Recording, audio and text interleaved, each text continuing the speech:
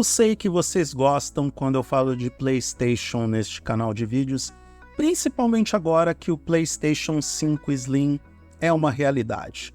Depois que a gente viu o comparativo real do console novo da Sony, que não é novo, na verdade ele é um reempacotamento do PlayStation 5 tradicional, com 30% a menos de volume, e agora a gente sabe que 30% a menos de uma coisa gigante realmente faz diferença. Apareceu o primeiro processo de desmontagem deste console no YouTube. Eu vou tentar colocar prints desse processo de desmontagem quando eu converso com você sobre o que tem de diferente no PlayStation 5 Slim. Não vou colocar o vídeo completo por conta de direitos autorais, afinal de contas, o YouTube é uma plataforma family friendly, mas não é friendly com muitos produtores de conteúdo. Tem aquela coisa sensível com você utilizar conteúdos de terceiros, mas eu vou registrar algumas imagens desse processo de desmontagem e apresentar para vocês quais são as diferenças mais significativas.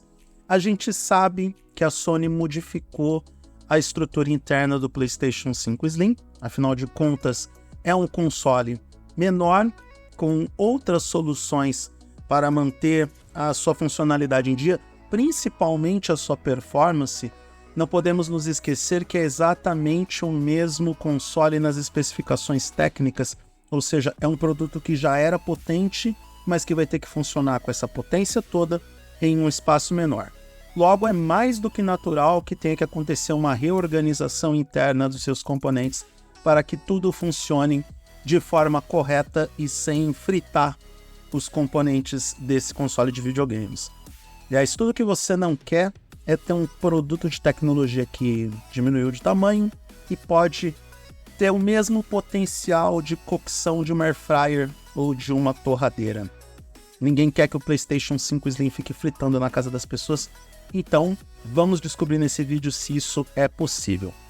Talvez a principal mudança deste console seja realmente a unidade de Blu-ray removível. E a impressão que fica depois de ver esse processo de desmontagem é que a Sony também preparou o PS5 Slim para ter esta unidade óptica que seja destacável, por assim dizer. O ponto negativo é algo que eu já comentei no vídeo que mostra o PlayStation 5, comparativo do PlayStation 5 com o PS5 normal. A Sony atrelou essa unidade de Blu-ray, essa unidade ótica, a um credenciamento, a um registro via internet nos servidores da Sony. Isso faz com que os japoneses protejam a sua propriedade intelectual e também eles podem combater melhor o mercado de pirataria ou de acessórios ilegais para o console e unidades ópticas que não são oficiais e que com certeza seriam produzidas em massa a partir do momento que o PS5 Slim chegasse ao mercado. O processo de desmontagem do console também mostra o tipo de unidade de processamento acelerado, doravante conhecido como APU, que nada mais é do que a forma como o console vai acelerar gráficos, processamento, enfim, toda a parte de potência bruta do produto, além da sua distribuição interna de componentes e do sistema de resfriamento. E eu gostaria de falar desse último item porque ele é bem diferente em relação ao PlayStation 5 original.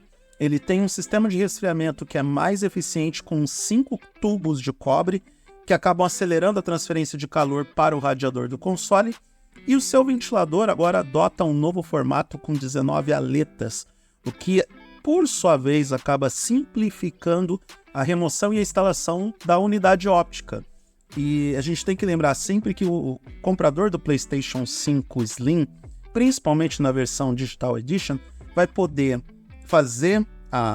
comprar a unidade de Blu-ray se quiser e poder acoplar no console por conta própria, sem precisar passar por uma bancada de assistência técnica, sem precisar de ferramentas específicas. É só retirar a carcaça do console, acoplar e colocar a nova carcaça. Aliás, uma nova carcaça que também está um pouco mais fina para acompanhar o fato do console estar um pouco mais esbelto, o que também deve agradar e muito a galera que gosta de design, e que vai gostar do design do PlayStation 5 Slim devidamente reformulado, mais fino, mais elegante. Eu insisto, a Sony poderia ter lançado este console de última geração já neste formato.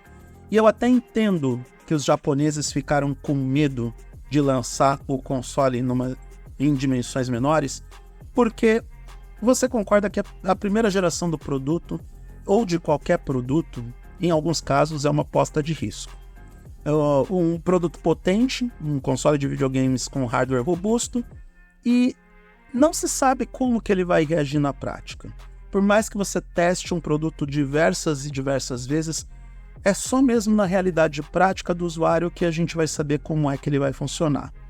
Logo, eu entendo por que a Sony insistiu em lançar um trambolhão que ficou no apartamento de muita gente ocupando espaço de roteador ou até mesmo de computador, e agora temos um console com dimensão menor e tão potente quanto a primeira geração do PlayStation 5, ou com a mesma potência do PlayStation 5 original. O slot para as unidades SSD M2 conta com a mesma compatibilidade com as unidades disponíveis para a versão original do PlayStation 5 e nem podia ser diferente. Ia ser estranho se a Sony mudasse o jogo nesse aspecto e exigisse configurações ainda mais altas para as unidades de SSD que você poderia instalar ou pode instalar caso queira expandir a capacidade de armazenamento do console. A conectividade também apresenta uma diferença importante, com o novo console oferecendo 2 conectores USB Type-C na parte frontal, enquanto que o modelo padrão possui uma porta USB Type-A e uma porta USB Type-C. Tem gente que vai reclamar de falta de versatilidade no PlayStation 5 Slim. Eu já acho que é sinal de modernidade. A porta USB Type-A vai ser cada vez menos utilizada e cada vez mais aposentada, porque temos um padrão universal graças à União Europeia que vai ser adotado para todos os dispositivos eletrônicos. Então é melhor que a Sony se adapte para o USB Type-C, que vai ser a norma. Sobre a APU, que eu citei um pouco antes, indícios sugerem que o PlayStation 5 Slim utilize o mesmo processo de fabricação de 6 nanômetros presente na última revisão do PlayStation 5 original. Isso implica em valores de consumo energético praticamente idênticos entre os dois consoles. Para as pessoas mais preocupadas com a conta de luz, não teremos aumento de números na sua conta. O novo console tende a ser mais silencioso, apesar do aumento de ruído na área da unidade óptica, possivelmente devido a um novo design removível. E aí a gente está falando de partes móveis em um hardware. O leitor de Blu-ray tem todo o mecanismo de leitura de discos e com isso, como este é um console com uma estrutura diferente e também é mais fino, inclusive na sua carcaça, aí você vai perceber realmente um barulho que não existia. A presença de menos chips na área do sistema de armazenamento SSD e um novo controlador podem sugerir uma tentativa de redução de custos por parte da Sony. E por que não? Afinal de contas, a japonesa quer lucrar a todo custo, está fechando o sistema de acessórios de terceiros ou de produção de acessórios piratas, já coloca o preço desse videogame nas alturas, aumentou em $50 o preço do PlayStation 5 Digital Edition e cobra a mais de quem se arrepender e vai adquirir o leitor de Blu-ray separado. Ou seja, a Sony é tão capitalista quanto todas as outras e está querendo aumentar a sua margem de lucro. Do mais, o novo PlayStation 5 Slim recebe 1 TB de armazenamento em SSD, o que não deixa de ser um upgrade em relação aos 825 GB presentes no console original. E considerando o tamanho dos jogos AAA com um grande volume de dados, isto é melhor do que nada. Não reclama, aceita que dói menos. Se bem que eu gostaria de ver qualquer console de última geração ter pelo menos 2 TB de armazenamento. Fica a dica, Microsoft. O que a Sony basicamente fez foi mudar a estrutura do seu console para oferecer um produto mais compacto, e isso não deixa de ser uma evolução de alguma forma. Eu ainda não acho que o PlayStation 5 Slim é o console de videogames mais bonito que o seu dinheiro pode comprar, mas é correto afirmar que a Sony fez um belo trabalho de engenharia para reduzir as dimensões desse monstro, mantendo a mesma potência e características técnicas no produto. E aqui a gente pode considerar uma vitória da Sony é muito difícil você reduzir as dimensões de qualquer produto de tecnologia e entregar no mínimo a mesma potência que esse produto já entregava na versão anterior.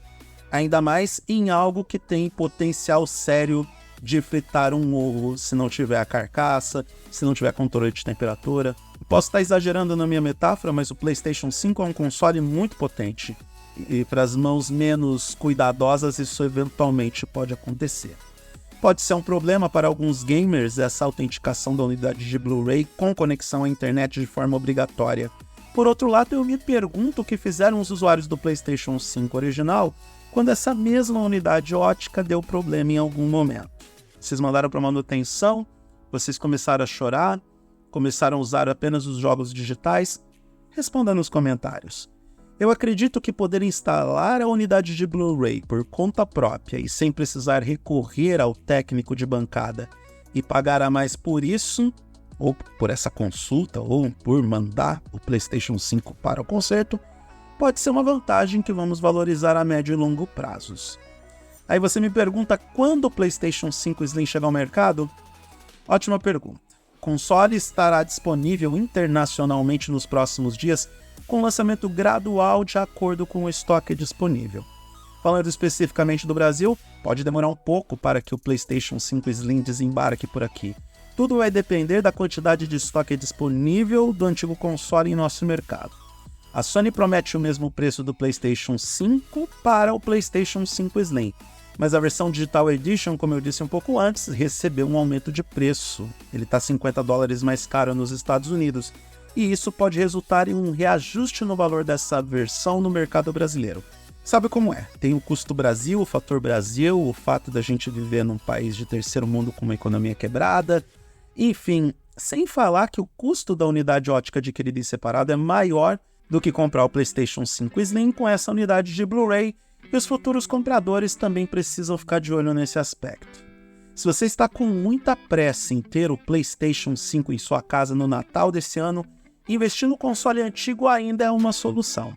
Mas considerando a reformulação do produto como um todo, eu entendo que esperar pela nova versão é um negócio que pode valer mais a pena. É só você ter um pouco de paciência na vida. Isso nem é tão difícil assim, tá? Se você esperou até agora, quem sabe não vale a pena esperar mais um pouco. Controlar a ansiedade é algo muito bom. Você não chegou até o final desse vídeo? Então, já que você controlou a sua ansiedade em fechar logo e passar por próximo, se inscreve no canal, dê o like para o YouTube perceber que eu existo, compartilhe esse vídeo com amigos e familiares e visite targethd.net para ficar por dentro de mais sobre o mundo da tecnologia, dos games, da telefonia móvel. E se você gostou do que viu e ouviu por aqui, e gostou da minha pessoa, é só me procurar no @oeduardomoreira em todas as plataformas. Eu sou Eduardo Moreira, produzindo conteúdo de tecnologia nos últimos 15 anos e contando. Se eu tiver mais sobre o PlayStation 5 Slim que vale a pena compartilhar com você, pode ter certeza que eu o farei de graça e só peço para que você veja as propagandas desse vídeo. Um grande abraço para todo mundo e até a próxima.